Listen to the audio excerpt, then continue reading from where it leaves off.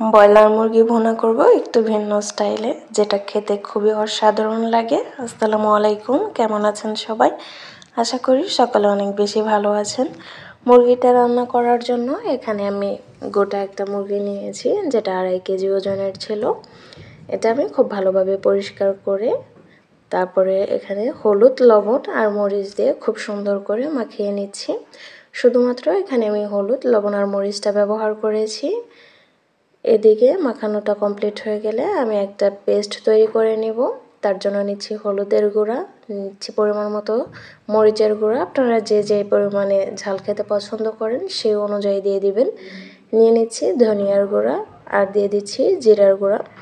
যেহেতু এটা একটা বাটা মশলার ফ্লেভার দেওয়ার জন্য আমি এই কাজটা করে নিচ্ছি, তাই আমি এখানে পানি অ্যাড করে খুব সুন্দরভাবে একটা পেস্ট বানিয়ে সাইডে রেখে দেব।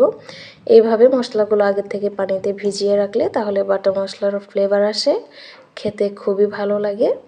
এদিকে ম্যারিনেট করে রাখা মাংসগুলো আমি তেলেতে ভেজে নিচ্ছি। এটা আমি মিডিয়াম টু হাই ফ্লেমে 2 মিনিট সময় একটু ভেজে নেব। হালকা সাদা হয়ে গেলে এটা আমি নামিয়ে নিব।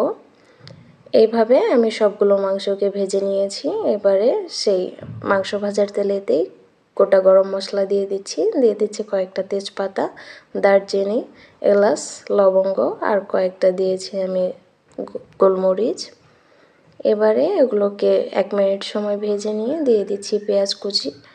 পেঁয়াজ কুচিটাকে খুব ভালোভাবে আমি ভেজে নিচ্ছি একটু বেরেস্তা টাইপ করে। এ পর্যায়ে অ্যাড করে দিচ্ছি আদা বাটা আর রসুন বাটা।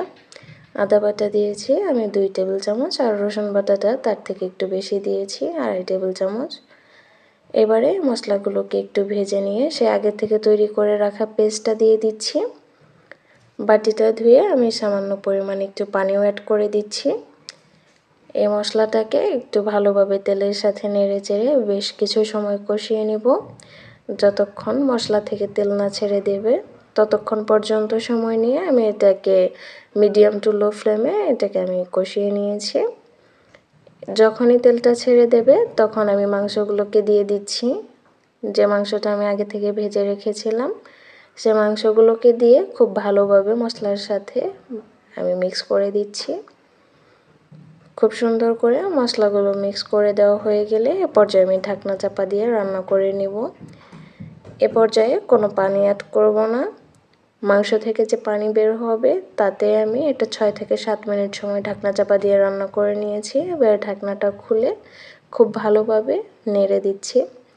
একটু খেয়াল রাখবেন 6 থেকে 7 মিনিট যখন ঢাকনা চাপা দিয়ে রান্না করবেন মাঝখানে একবার ঢাকনাটা খুলে নেড়ে দিবেন যেন মশলাগুলো পুড়ে না যায়।